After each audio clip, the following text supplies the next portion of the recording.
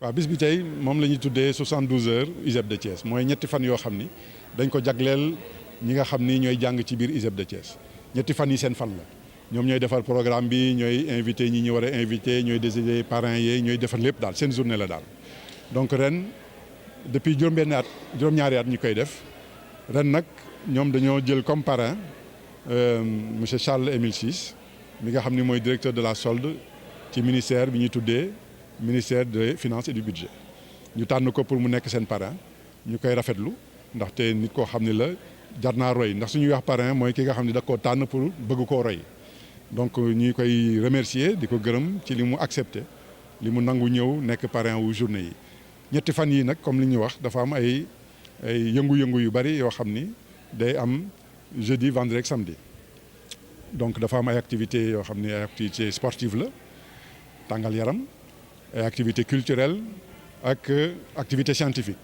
donc coupe du directeur bi jeudi bi la woon mu nekkoon activité bu am solo ci stade Maniang Soumaré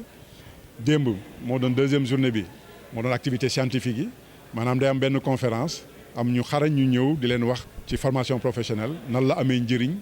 et puis ñoom lan lañ ciy mën a njëriñoo tey nag mooy journée officielle bi bu journée de lancement officielle bi ak journée de clôture bi avant soirée de gala bi ci la ñuy profité nag pour sargal ñi gagné woon ci coupe yeeg yooyu tey la leen di sargal ñu boole ci timit di fexe diggante ñiy jàng ak ñi leen di jàngal mu gën a ratax donc ci bis yu mel nii li ñuy gis ni war naa mën na gën a ratax ndaxte apprenants yi ci seen bopp ñooy dem ci marché bi jëndi seen i cadeau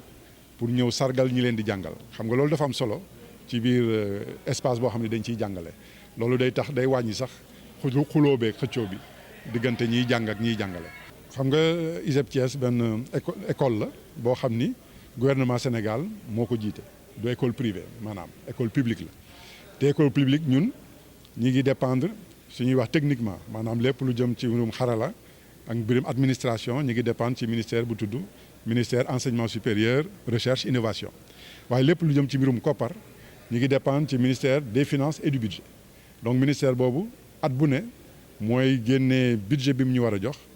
ministère enseignement supérieur signé ko yóbbu ko assemblée député yi voté ko suñ ko député yi voté à partir de 1er janvier nag ministère des finances moo koy jox ministère enseignement supérieur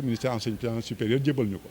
ñoo nga xam ni kon ñun suñu digganteeg ministère des finances kenn mënuñoo tàqale ndax suñu arrêté di ñu jox suñu budget rek kon njaaxum am moo tax bi ñuy wax sànq ñu feddale suñu kóllëre par rapport ak ministère des finances pour wan leen ñi ngi seen gannaaw ñi ngi seen wet et que mbirum budget comme budget bi ministère boobu mooy gérer budget Sénégal gi yëpp ñu ñaan leen ñu continuer en tout cas monsieur Charles Ciss bi taxaw fii ñu ñaan ko mu nekk suñu avocat ndaxte sooy gérer lu toll ni Sénégal dina am jamono boo xam ni foo jaar ga sooy séddale xam nga yenn saa yi kudd yeeg luus yi du tolloo ñu ñaan ko nag suñuy séddale que luus bi bii ñëw ci ñun mu bañ a su nekkul luus bi gën a rëy tamit nekk ci luus yi gën a rëy. di gërëm suñu borom ba ñu permettre ñu fekkee bés bu nu mel bés boo xam ne nag dañ ciy gërëm di ci sargal ki nga xam ne mooy professeur Fadel Niang ak équipe am bi nga xam ne moo ko war tey directeur des études chef des services administratifs corps professoral bi enseignants yi waaye yi nga xam ne mooy étudiants yi nga xam ne tey ñoo sos journée bi étudiants yi nga xam ne tey seen bés la. di leen wax ne rek mbégte la ñu am di teew ci bés bi en tant que doomu Thiès mais it en tant que ici en tout cas directeur étant au service du ministère des finances parce que ministère des finances dafa nekk aussi un acteur en fait de l'enseignement supérieur ndax dafay dooleel enseignement supérieur mais da koy jàppale di ko taxawu teyab di rafetlu jéego yi nga xam ne am nañ ko ba ñu sosee ISEP ba léegi te jéego yooyu wax dëgg yàlla xëy na autorités yi ñoo ko sos et soit président de la République ak toutes les autorités yi nga xam ne ñoo nekk à tête de l'enseignement supérieur waaye professeur Fadel Niang am na ci wax dëgg yàlla wàllu bu am solo ndaxte yàlla def na teewe nañu ba ñuy sos ISEP te gis nañ xarañ bi nga xam ne wane na ko ISEP mën a toll tey fu mu toll boo xoolee tey ISEP yi am na ci yeneen gox xëy na état jàpp na ci banque mondiale jàpp ci waaye it wax dëgg yàlla ISEP bu Thiès ni muy doxee ak performance yi muy am yaakaar naa moo mën a tax tey ñu am courage di créer yeneen ISEP te loolu tamit dañ ciy rafetlu politique gu président de la République parce que tey dañu soxla ci wàllu liggéey étudiants yoo xam ne ba ñu génnee rek danañu mën a am matukaay pour mën a liggéey danañu mën a am capacité pour mën a liggéey te ISEP étudiants yu mel noonu lay former tey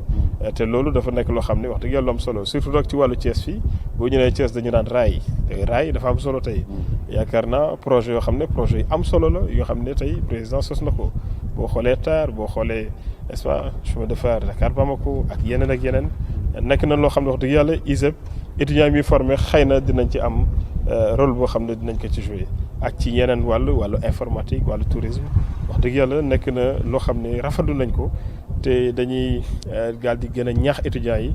ñu gën a farlu ci njàng mi gën a farlu ci liggéey parce que Sénégal moo leen soxla te loolu tamit dañ ci sargal ñi nga xam ne tey ñoo tax bés bi am di ñi nga xam ne ñoo ma wër maa ngi leen di gërëm di leen sant quoi.